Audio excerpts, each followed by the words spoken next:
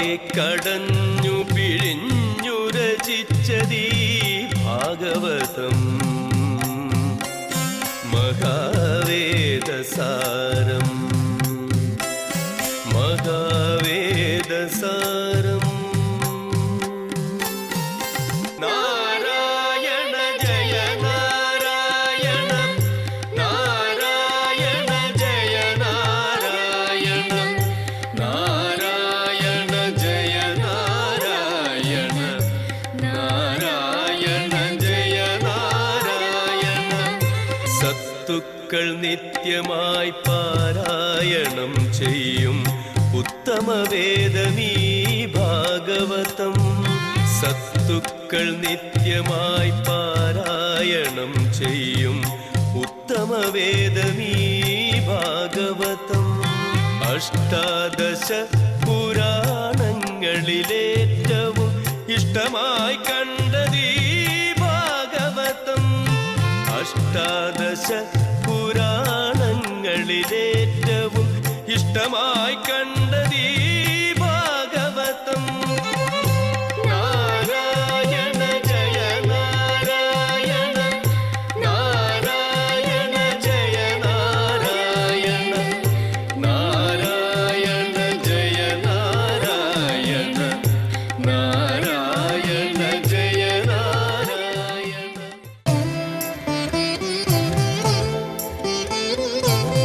നാം അറിയാത്തതായിട്ടുള്ളൊരു കാര്യം, നമ്മുടെ ജീവിതത്തെ ഉത്കൃഷ്ടമാക്കുന്നതും അതുപോലെ അധപ്പതിപ്പിക്കുന്നതും വാസ്തവത്തിൽ എന്താണ്, ആരാണ്? നമ്മൾ പലപ്പോഴും അതിന് ഉത്തരം കണ്ടെത്തുക നാം ജീവിക്കുന്ന ചുറ്റുപാടുകൾ, നാം ആരുടെയൊക്കെ കൂടെ ജീവിക്കുന്നോ അവർ, അല്ലെങ്കിൽ നമുക്ക് കിട്ടിയിട്ടുള്ള സാഹചര്യങ്ങൾ, നമ്മുടെ ജോലി, നമ്മുടെ ശമ്പളം, നമുക്ക് ഉള്ള അറിവ്, ഇങ്ങനെ നമ്മൾ നമ്മുടെ ജീവിതത്തിൽ നാം താഴാനോ അല്ലെങ്കിൽ നമ്മുടെ ജീവിതത്തിൽ നമ്മൾ ഉദ്ദേശിച്ച രീതിയിൽ എത്താത്തതിനോ കാരണം കണ്ടെത്തുക ഇതൊക്കെയാണ്. പക്ഷേ നമ്മൾ ആധ്യാത്മിക തലത്തിൽ ചിന്തിക്കുമ്പോഴാണ് നമ്മൾ തിരിച്ചറിയുക, ഇതൊന്നും അല്ല ഒരു വ്യക്തിയുടെ ജീവിതത്തെ തകർക്കുന്നത്. ഒരു വ്യക്തിയുടെ ജീവിതത്തെ നശിപ്പിക്കുന്നത് മുഴുവൻ, അയാളെ ഉയർത്തുന്നത് മുഴുവൻ അയാളിലെ സ്വഭാവം തന്നെയാണ്. എന്ന് വെച്ചാൽ അയാളുടെ മനസ്സ് തന്നെയാണ്. ഭാരതീയ ഋഷീശ്വരന്മാർക്ക് പറയാനുള്ളത് മനയേവ, മന എന്ന് പറഞ്ഞാൽ വീടിന് ഒരർത്ഥമുണ്ട് മന എന്ന്. കന്നഡയിൽ പറയും മന കെട്ടി നോടിന്ന്, മധുവേ ആക്കി നോടിന്ന്. അപ്പം മന എന്ന് പറഞ്ഞാൽ വീട് എന്നല്ല അർത്ഥം, മന എന്ന് പറഞ്ഞാൽ മനസ്സ്. മനയേവ മനുഷ്യാണാം, മനസ്സ് തന്നെയാണ് മനുഷ്യർക്ക് ബന്ധമോക്ഷയോ കാരണം. മോക്ഷം എന്ന് പറഞ്ഞാൽ അവനെ ഉത്കൃഷ്ടനാക്കുന്നതിനും അവനെ താഴ്ത്തുന്നതിനും കാരണം അവൻ്റെ മനസ്സാണ്. ഇത് നമ്മൾ അക്സെപ്റ്റ് ചെയ്യണം, അപ്പോഴേ നമുക്ക് ഉയർച്ചയുള്ളൂ. അപ്പോൾ ഒരു വ്യക്തിക്ക് എന്തെല്ലാം വേണം, എന്തൊക്കെയാണ് നമുക്ക് വേണ്ടതെന്ന് അത് നമ്മൾ അറിയണമെങ്കിൽ അതിന് നമ്മൾ ശാസ്ത്രങ്ങൾ പഠിക്കുക തന്നെ വേണം. എന്ത് പറ്റി ചോദിച്ചു കഴിഞ്ഞാൽ, നമ്മുടെ ഭാരതത്തിലൊക്കെ എന്ത് പറ്റി ചോദിച്ചു കഴിഞ്ഞാൽ, ആളുകൾ അമ്പലങ്ങളിൽ പോവും, ഒരുപക്ഷെ വീട്ടിലിരുന്ന് നാമം ജപിക്കുന്നുണ്ടാവും, കുറേ സഹസ്രനാമങ്ങളോ അങ്ങനെയൊക്കെ ജപിക്കുന്നുണ്ടാവും. അപ്പോഴും അവർ പറയുക, മനസ്സിലാക്കുന്നത് എനിക്ക് ദൈവത്തെക്കുറിച്ചൊക്കെ അറിയാം, ഞാൻ എല്ലാ കാര്യങ്ങളും ചെയ്യുന്നുണ്ട് എന്നാണ്.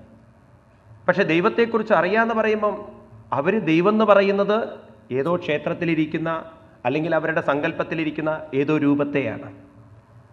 ശാസ്ത്രങ്ങൾ പഠിക്കുമ്പോൾ മാത്രമാണ് ദൈവം എന്ന് പറയുന്നത് തന്നിൽ നിറഞ്ഞിരിക്കുന്ന ചൈതന്യമാണ് നമ്മൾ അറിയുന്നത്. അതുവരെ നമുക്ക് ദൈവം എന്ന് പറയുന്നത് നമ്മളിൽ നിന്നും അന്യമായിരിക്കുന്നതാണ്. അങ്ങനെയല്ലേ നമ്മുടെയൊക്കെ ജീവിതത്തിൽ നമ്മൾ അങ്ങനെയാണ് വന്നിരിക്കുന്നത്. അപ്പം അങ്ങനെ ശാസ്ത്ര പഠനങ്ങളും കാര്യങ്ങളൊക്കെ നമ്മൾ പഠിക്കുമ്പോൾ ആ ഒരു സമയത്താണ് നമ്മൾ പലരും മനസ്സിലാക്കുന്നത്, ഇതൊക്കെ കുട്ടിക്കാലം മുതലേ നമ്മൾ മനസ്സിലാക്കിയിരുന്നെങ്കിൽ നമ്മുടെ വ്യക്തിത്വത്തെ കുറേയും കൂടി നമുക്ക് മാറ്റിയെടുക്കാമായിരുന്നു. ഇപ്പം എന്തൊക്കെയാണ് നമുക്ക് മാറ്റം വരേണ്ടത്? പലപ്പോഴും നമ്മൾ വീടുകളിൽ പറഞ്ഞു കേൾക്കാറ്, നിൻ്റെ ഒന്നും സ്വഭാവം ശരിയില്ലടാണ്, നീ ഇങ്ങനെയൊന്നും അല്ല പെരുമാറേണ്ടത്. അപ്പം ഏത് പെരുമാറ്റമാണ് നമുക്ക് വേണ്ടത്? നമ്മൾ നല്ലതെന്ന് പറയുന്നത് ലോകത്തിൽ ഒരുപക്ഷെ ചീത്തയായിരിക്കാം.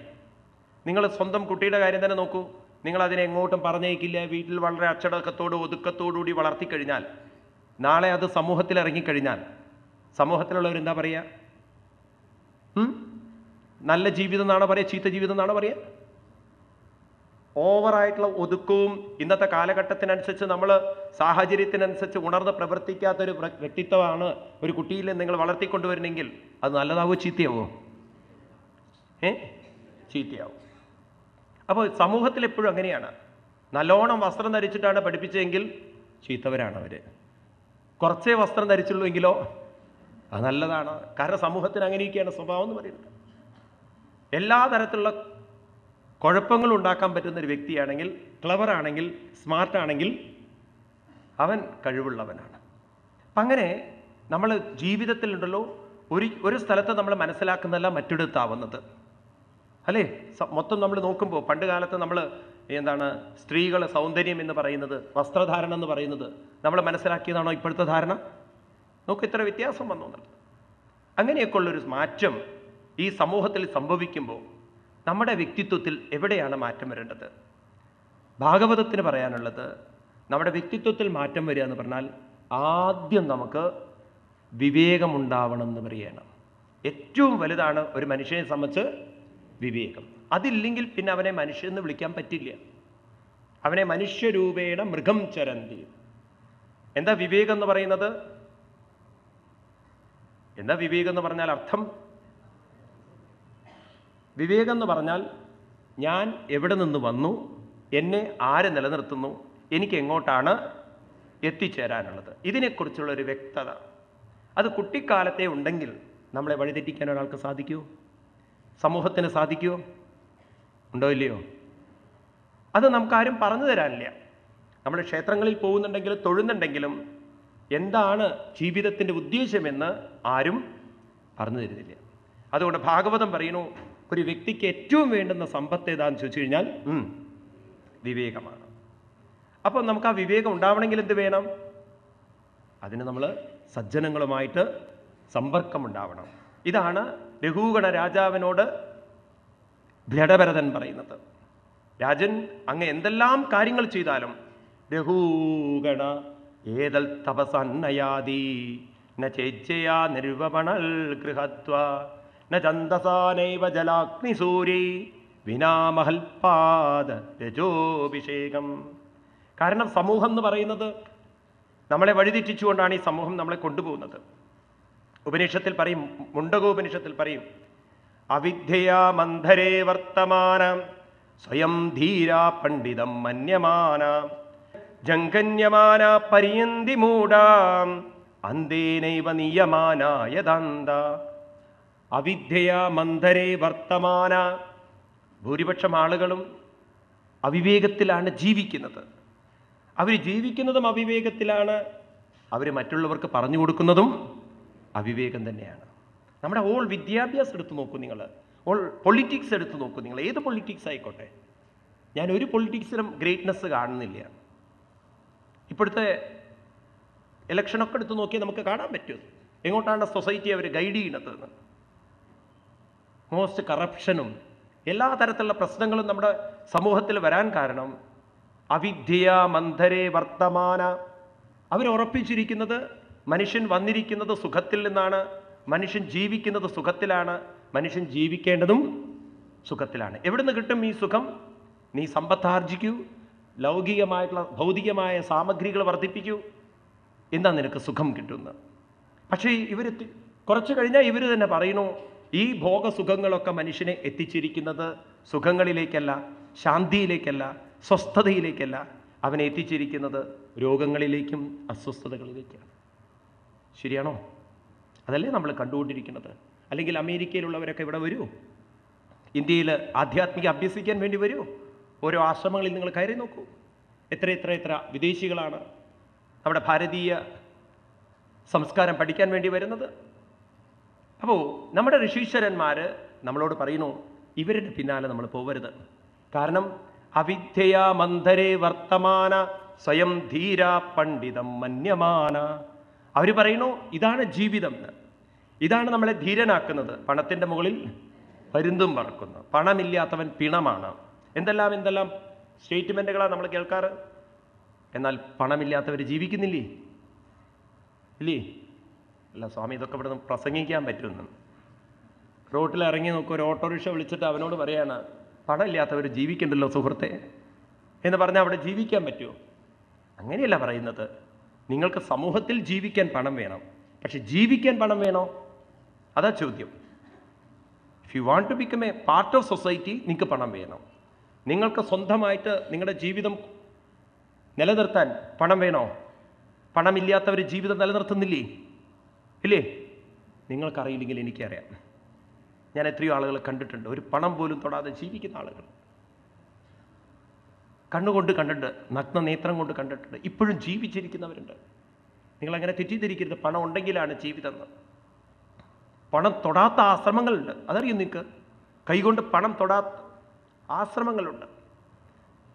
അപ്പം അങ്ങനെ നമ്മുടെ ജീവിതത്തിൽ ഭാഗവതാദി ഗ്രന്ഥങ്ങൾ നമ്മൾ പഠിക്കുമ്പോൾ അപ്പോഴാണ് നമുക്ക് മനസ്സിലാവുന്നത് ഇത് കഥയല്ല, ഇത് വെറും ഒരു കെട്ടുകഥയല്ല, ഇത് നമ്മുടെ ജീവിതത്തെ ഉയർത്തുന്നൊരു ശാസ്ത്രമാണ്. നമുക്കൊരു വ്യക്തത തരികയാണ്. നമ്മുടെ ശരീരം വന്നിരിക്കുന്നത് പ്രകൃതിയിൽ നിന്നാണ്. നിങ്ങൾ എന്തെല്ലാം തരത്തിൽ ധൂർത്തടിച്ച് ജീവിച്ചാലും, കുത്തഴിഞ്ഞ് ജീവിച്ചാലും, ഏത് തരത്തിൽ ജീവിച്ചാലും, നല്ല രീതിയിൽ ജീവിച്ചവനും ചീത്ത രീതിയിൽ ജീവിച്ചാലും ഈ ശരീരം പോകുന്നത് മണ്ണിലേക്കാണ്. ഏത് പണക്കാരൻ്റെ ജീവിതവും യാചകൻ്റെ ജീവിതവും, ഇത് ശരീരം പ്രകൃതിയിൽ നിന്ന് വന്നത് അന്നാൽ ഭവന്തി ഭൂതാനി, ഈ ഭൂതങ്ങളൊക്കെ അന്നത്തിൽ നിന്നാണ് വന്നെങ്കിൽ അന്നേന പ്രവിശന്തി, അന്നത്തിലേക്ക് തന്നെ പ്രവേശിക്കും അത്. എന്നാൽ പ്രശ്നം അവിടെയല്ല ഇരിക്കുന്നത്. പ്രശ്നങ്ങളൊക്കെ ഇരിക്കുന്നത് നമ്മുടെ മനസ്സിൽ തന്നെയാണ്. അപ്പോൾ പണ്ടുള്ളവർ നമുക്ക് ഈ കാര്യം പറഞ്ഞ് മനസ്സിലാക്കി തന്നിരിക്കുന്നത്, നിങ്ങൾ ശ്രദ്ധിക്കേണ്ടത്, നിങ്ങൾക്ക് ഈ ലൗകിക ജീവിതത്തിൻ്റെ ഭോഗം കൊണ്ട് നിങ്ങളുടെ ഇന്ദ്രിയങ്ങളെ തൃപ്തിപ്പെടുത്താൻ കുറച്ച് സാധിച്ചാലും അതിൻ്റെ എല്ലാം സംസ്കാരങ്ങൾ മനസ്സിൽ ഉറങ്ങിക്കിടക്കും. അത് വീണ്ടും തൃപ്തിപ്പെടുത്താൻ വീണ്ടും നിങ്ങൾ ശരീരങ്ങൾ എടുത്തു വരും. ഇതുകൊണ്ട് പ്രശ്നം തീരുന്നില്ല. അപ്പം ഈ പ്രശ്നങ്ങൾക്കൊക്കെ പരിഹാരം എന്ന് പറയുന്നത് മനസ്സിനെ ക്രമേണ ഉയർത്തലാണ്. എങ്ങോട്ട് ഉയർത്തണം? അപ്പോഴാണ് നമുക്ക് പറഞ്ഞു തരുന്നത്, ഇത് വന്നിരിക്കുന്നത് ഉള്ളിൽ നിറഞ്ഞിരിക്കുന്ന ചൈതന്യത്തിൽ നിന്നാണ്. ഇതിനെ നിലനിർത്തുന്നതും ഒരു ചൈതന്യമാണ്. അതുകൊണ്ട് അതിന് തിരിച്ചു പോവേണ്ടതും.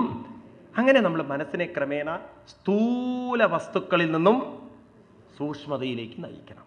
അങ്ങനെ നയിക്കാൻ നമുക്ക് എന്തൊക്കെ വേണം?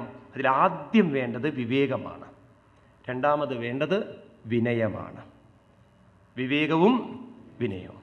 ഇന്ന് നമ്മുടെ സമൂഹത്തിലുണ്ടല്ലോ, ഇന്നത്തെ നമ്മൾ പറയുന്ന എഡ്യൂക്കേഷൻ സിസ്റ്റം ഉണ്ടാക്കി വെച്ചിരിക്കുന്നത് അവിവേകവും അവിനയവുമാണ്.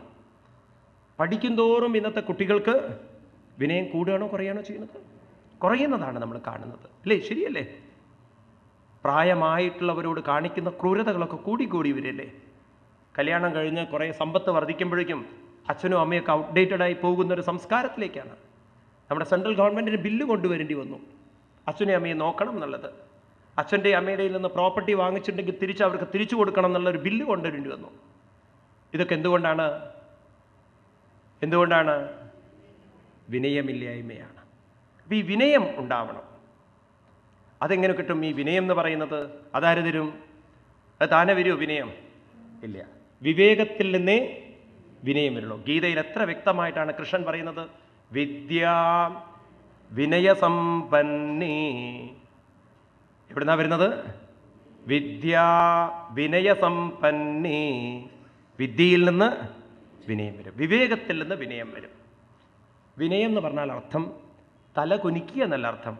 വിനയം എന്ന് പറഞ്ഞാൽ ഏറ്റവും താഴ്ന്ന തലത്തിലിരിക്കുന്നവർ പോലും അവർ പറയുന്നത് പോലും കേൾക്കാനുള്ള ക്ഷമയും മനസ്സും, അതുപോലെ തന്നെ അവരെ പോലും ഉയർത്തിക്കൊണ്ടുവരാനുള്ള ഒരു മനസ്സുമാണ് വിനയം എന്ന് പറയുന്നത്. ശ്രീരാമസ്വാമി സീതാദേവിയെ കൊണ്ടുവരാൻ വേണ്ടിയിട്ട് സഖ്യം ചെയ്യുന്നത് ആരോടാണ്? മനുഷ്യരോടായിരുന്നില്ലല്ലോ, വാനരന്മാരോടാണ്. നമുക്ക് ഉൾക്കൊള്ളാൻ പറ്റുമത്? എത്രയോ ബുദ്ധിമാനായ കഴിവുള്ള ഒരു ശ്രീരാമസ്വാമി തൻ്റെ ഭാര്യയെ വീണ്ടെടുക്കാൻ മൃഗങ്ങളായിരിക്കുന്ന വാനരന്മാരോട് കൂട്ടുചേരുന്നത്. പക്ഷെ ശ്രീരാമസ്വാമിക്ക് അത് സാധിച്ചു. ആ മൃഗങ്ങളുടെ തലത്തിലേക്ക് താഴ്ന്നു പോവാന്ന് പറഞ്ഞാൽ അവരുടെ ലെവലിലേക്ക് പോയി തൻ്റെ ജീവിതം നശിപ്പിക്കലല്ല, അവർ പറയുന്നത് മനസ്സിലാക്കാനും അവരെ തൻ്റെ തലങ്ങളിലേക്ക്, തൻ്റെ കാര്യങ്ങളിലേക്ക്, ആ നേട്ടങ്ങളിലേക്ക് അവരെ കൊണ്ടുവരാനും ശ്രീരാമസ്വാമിക്ക് സാധിച്ചു. അതാണ് വിനയം എന്ന് പറയുന്നത്. അപ്രകാരം റെസ്പെക്റ്റ് ചെയ്യേണ്ടടുത്ത് റെസ്പെക്റ്റ് ചെയ്യാനും, സ്നേഹം കാണിക്കേണ്ടടുത്ത് സ്നേഹം കാണിക്കാനും ഈ ഒരു മനസ്സ് നമുക്ക് വന്നാൽ ഏത് മേഖലകളിലും നാം വിജയിക്കുന്നവരാണ്. നമുക്ക് എത്രയോ വലിയ വലിയ കാര്യങ്ങൾ നേടിയെടുക്കാനുള്ള കാര്യം ഒന്ന് താഴാൻ സാധിച്ചാൽ സാധിക്കുന്നവരെയാണ്. പലപ്പോഴും നോക്കും നിങ്ങൾ, കുടുംബ ബന്ധങ്ങൾ തകർക്കുന്നത്, ജീവിതത്തിൽ വലിയ വലിയ പ്രശ്നങ്ങൾ ഉണ്ടാക്കുന്നത് എല്ലാം എന്തുകൊണ്ടാണെന്നറിയോ? ഈ വിനയമില്ലായ്മയുണ്ടാണ്. അത് നമുക്കുണ്ടാവണമെങ്കിൽ അതിനെന്ത് വേണം? വിനാമഹൽപാദ രജോഭിഷേകം. എങ്ങോട്ട് തന്നെ പോകണം? സത്സംഗങ്ങളിലേക്ക് പോകണം. അപ്പോൾ കുട്ടികളെ നമ്മൾ ആ രീതിയിൽ വാർത്തെടുത്തു കഴിഞ്ഞാൽ നല്ലൊരു സമൂഹത്തെ നമുക്ക് ഉണ്ടാക്കിയെടുക്കാൻ സാധിക്കും. നല്ലൊരു കുടുംബ ബന്ധം, നല്ലൊരു സമൂഹം, അതിന് ഇത് തന്നെയാണ് മാർഗം എന്നിവിടെ പറഞ്ഞതിന് ശേഷം ഇനി അതിനെ ഒന്നുകൂടി വിസ്തരിക്കുകയാണ് 14-ാമത്തെ അധ്യായത്തിൽ. അവിടെ നേരത്തെ ഭവാടവിയെക്കുറിച്ച് പറഞ്ഞപ്പോൾ വീണ്ടും ഓർമ്മിപ്പിക്കുന്നു. ദേഹാത്മമാനിനം യേഷ ദേഹാത്മമാനിനം സത്വാദിഗുണവിശേഷ വികൽപ്പിത കുശലാകുശല സമവഹാര വിനിർമ്മിത വിദ ദേഹാവലിഭി വിയോഗ സംയോഗാദി അനാദി സംസാരാനുഭവസ്യ ദ്വാരഭൂതേന ഷഡിന്ദ്രിയവർഗേന തസ്മിൻ ദുർഗാദ്വദ സുഖമേ ത്വന്യാപതിത ഈശ്വരസ്യ ഭഗവതോ വിഷ്ണോർവശവത്തിന്യാമായ ജീവലോകോയം. ഇപ്രകാരം പറഞ്ഞു പോവുകയാണ്. ദേഹാത്മമാനിനം, അങ്ങനെ നമ്മൾ വിവേകം നഷ്ടപ്പെട്ട് സാധനകളൊന്നും ചെയ്യാതെ, നേരത്തെ പറഞ്ഞു, ഒന്ന് വിവേകം വേണം, രണ്ട് വിനയം വേണം. ഇതിലേക്ക് നമ്മൾ ഉയർത്താൻ സാധനകൾ വേണം. ക്ഷേത്രങ്ങളിൽ പോകണം, അതുപോലെ തന്നെ വീട്ടിലിരുന്ന് നാമജപം വേണം. ഇതൊക്കെ എന്തിനു വേണ്ടിയിട്ടാണ്? വിവേകവും വിനയവും വർദ്ധിപ്പിക്കാൻ. ഇങ്ങനെ നമ്മൾ ഉയർന്നിട്ടില്ലെങ്കിൽ ദേഹാത്മമാനിനം, ദേഹാഭിമാനം, കുലത്തിൻ്റെ അഭിമാനം, അല്ലെങ്കിൽ ഞാനൊരു യുവാവാണെന്നുള്ള അഭിമാനം, ഇങ്ങനെയൊക്കെയുള്ള പണ്ഡിതനാണെന്നുള്ള അഭിമാനം, പണക്കാരനാണെന്ന അഭിമാനം, ഏതെങ്കിലും ഒരു അഭിമാനം നമ്മുടെ തലയിൽ കയറി, ഈ സോഫ്റ്റ്വെയറിൽ കയറിയിട്ട് അത് പിന്നീട് എന്ത് ചെയ്യും?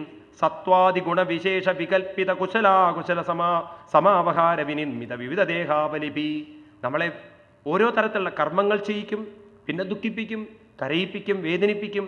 ആ സംസ്കാരങ്ങൾ നമ്മുടെ ഉള്ളിൽ ഉറപ്പിക്കും. വീണ്ടും ഇങ്ങനെ നമ്മളെ വീണ്ടും വീണ്ടും ജനന മരണാദികളിലേക്ക്, അനാദി അവിദ്യ സംസാരം, ഇതിങ്ങനെ തുടർക്കഥയായിട്ട് പോയിക്കൊണ്ടിരിക്കും. അതുകൊണ്ട് ഇതിൽ നിന്നൊന്ന് പുറത്തു കിടക്കണമെങ്കിൽ എന്ത് വേണം? സംസാരാടവ്യം ഗതോ നാ